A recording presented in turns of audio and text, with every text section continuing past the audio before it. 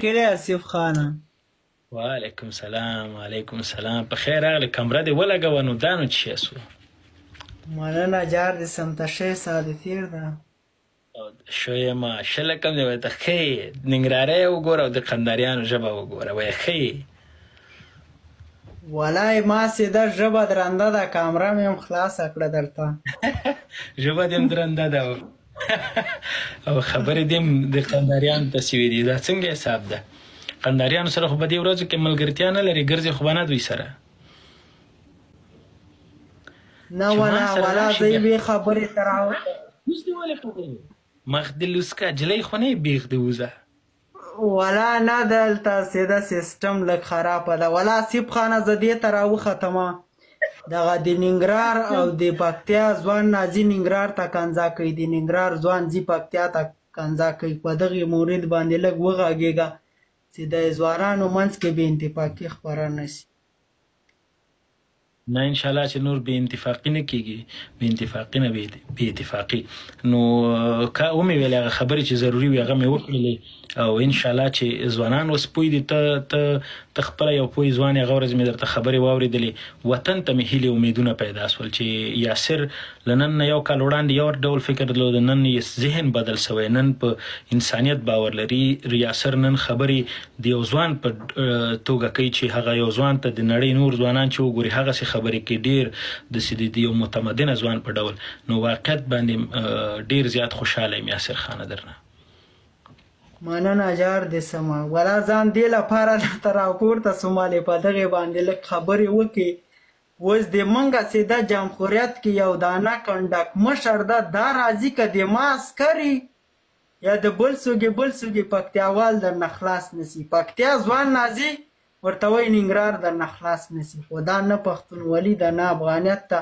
دا زه چې کوم ځای کې اوسېږم آصف خانه دلته یې ما یو دوه درې انډیوالان دي پکتیا دي، ما د دو کور کې نمک خوړلی. دا ولا نن خفه ورانه وایي تم راغلی تام کنځا کړي.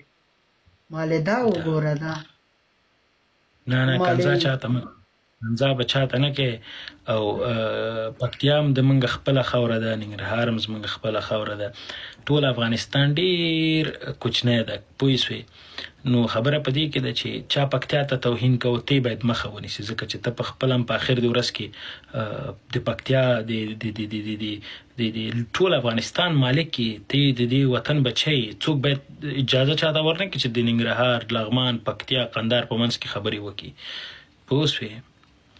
ولا واقعیت ته زه خالي دومره لیپ راغلم پسې ما ورته ویلې که دا د چا سره چا د شخصي مشکلې نو راسئ واټساپ کې سره حل کړئ. واټساپ کې نه حل کوله. اوس ځوانان یې سره اچولي پکتیا ځوانان راجګي ننګرهار ته کنځا کوي او ننګرهار راځي پکتیا ته کنځا کوي. خو دا مالې نه پښتونولي ده نه افغانیت ده. خو انشاءالله چې نور څوک په دې مورد باندې نه غږېږي. او پښتنه د ورځو کې بیا پیکي ته کش ورکړی، لکه شړشم درته ننګرهار نه رسېدلي غوړ ډېر کړی او داسې اوږده سوي دي لکه د بیا پیکی جوړی.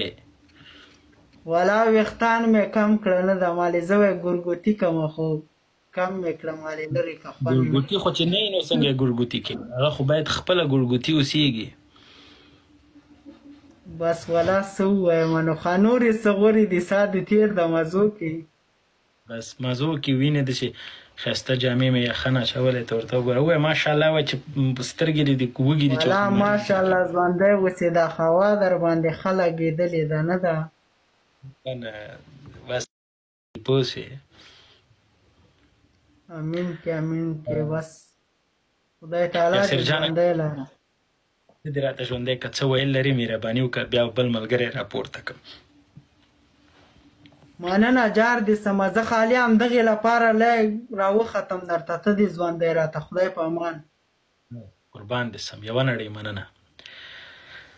ډېرې ترخې بدې خبرې. اما نن ورځ تاسو د خبرو طرز وګورئ، لهجه یې وګورئ، څومره زیات تغییر یې کړی ده. او دا د دې د عمر تقاضا و په هغه وخت کې چې دی په هغه وخت په هغه ژبه غږېده.